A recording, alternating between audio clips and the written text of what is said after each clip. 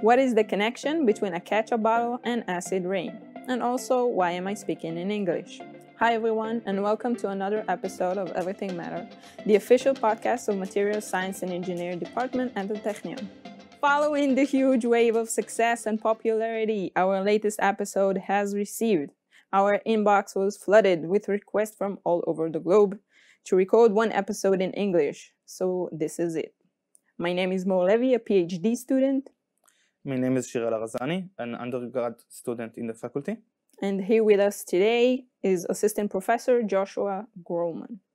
The answer, of course, is material engineering. But would you elaborate a little more? About ketchup bottles, this is kind of an interesting phenomenon. At least I thought it was very interesting. And it goes back to the first class I had as a PhD student at Illinois. And it was a polymer synthesis class, and it really blew my mind that ketchup bottles and everyday items, other everyday items that we use are really underappreciated, how much engineering went into that particular thing. And so for me, I can't take credit for this. Of course, it's Professor Paul Braun who essentially taught me this, but it's really much more complex than just a ketchup bottle, right? So there are many competing factors at play. Not only do you have to make something that, for example, isolates the material or the payload, which would be ketchup in this case, from oxygen from coming in, but you also have to make it profitable to make these bottles, right? So it can't be more expensive than the actual ketchup. Why would we want to keep ketchup from oxidizing? Yeah, so if you have oxygen coming into something that has ketchup, or tomatoes have this compound called lycopene, right?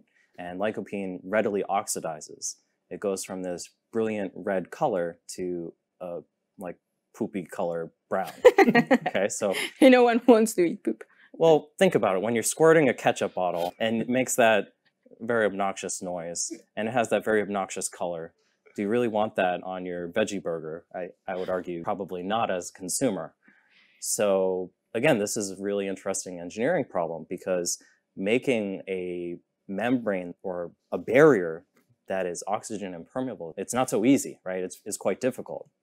If you make it with glass, which is what traditionally ketchup bottles were made out of. Actually, not too long ago. I mean, I'm not that old, and I remember ketchup bottles that were made out of glass and metal. Now, these things take a lot of energy to not only make, I mean, they are recyclable, but the issue is it takes a lot of fuel to transport them, and they're not shatterproof. Again, there were some advantages or developments that made them a little bit stronger, but there were a lot of things that made having a plastic ketchup bottle a lot better, at least profitable for the companies, right? You don't want oxygen to come in, so you have poopy ketchup. A polymer is a material made of extremely large molecules, usually long chains of atoms. Examples of widely used polymers are rubber, nylon, and many types of plastics. Most of the time, we'll refer to polymer by initials, meaning polyvinyl alcohol is generally called PVA. The polymer chains are really, really close together. And so that would mean that the polymers have these forces that really pull them tight and close together. So this is a problem for a couple of reasons. One, if there's a lot of strength between the polymers, then it makes it very difficult to melt it. Right? So if you melt it, it takes a lot of energy you have to put into the system before they'll start to become mobile and you can use it as what we would call a thermoplastic, something that you can heat it up and put it in a mold and it'll become a ketchup bottle from a film. That's kind of one of the main issues, right? So for example, PVA, I think is one of the best barriers for oxygen, but because of this difficulty, you can't really process it in that way. It's not used in its pure form. Probably most people have not really heard of PVA unless you read your cosmetics. That's why they make it as a copolymer. So you have PVA and you have polyethylene, which is easy to process. So you take something that's very difficult to make a bottle out of and something that's very easy to make a bottle out of, but doesn't have the good properties. And that's what we call a copolymer. So you have a little bit of both.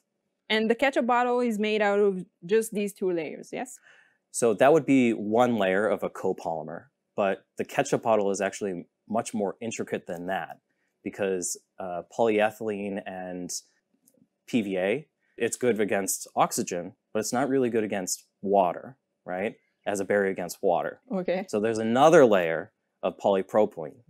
They're easy to mold, but also it's good. It's a good barrier against water. So that's essentially what it's made out of, but it's even deeper than that, right? So these are polymers that don't really like to mix well, right? You have something that's not really charged and something that's not charged. Polymer mix well with other polymers when they are similar to them, a little like children in kindergarten.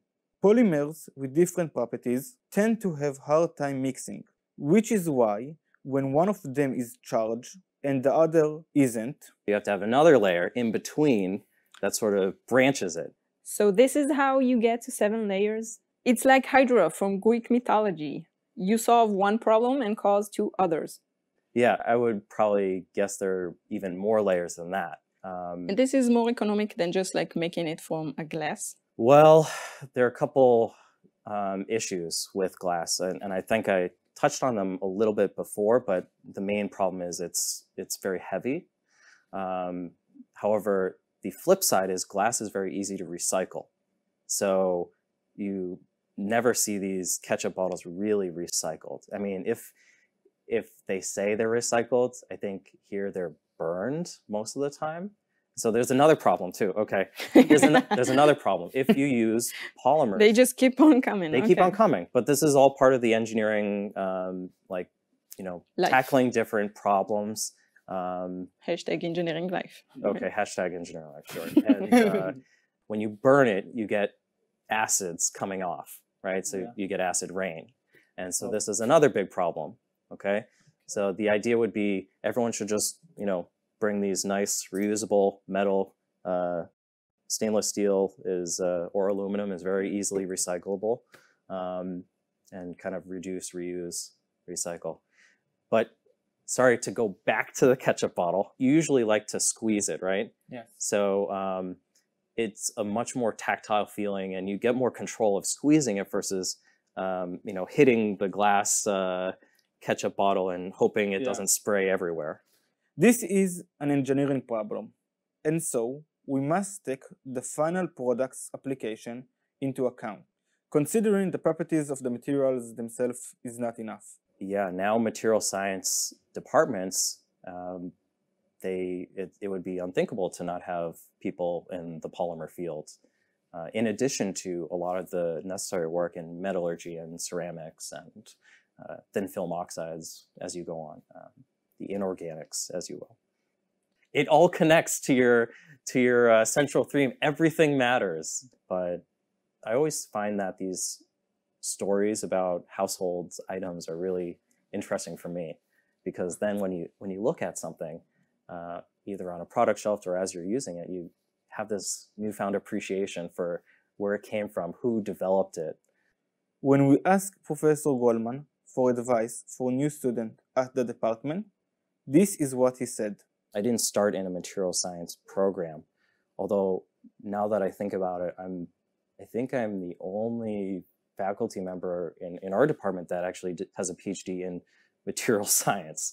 So it's a very diverse field that covers everything, kind of. And in terms of advice for new students, I would say get involved with research as soon as you can. So I think if you're interested in biology and chemistry and physics, those are kind of like the 3 pillars of material science. And that's kind of at the intersection. That's where a lot of our work and classes are. It just exposed me to so many different things that are out there. And what is it like to do research, which I think is the most exciting job you can have in this world, is, waking up and saying, I'm going to discover something that no one else has ever done, or I'm going to make a polymer that no one else has ever made. A lot of undergrads, they feel a little bit nervous, or they feel like they don't know enough to do research. But it's not really so different from a beginning master's student, to be honest. So there's really no, you learn so much while you're doing the work. Thank you so much, Professor Grolman, for being here today. And thank you all for listening. We will see you in the next episode.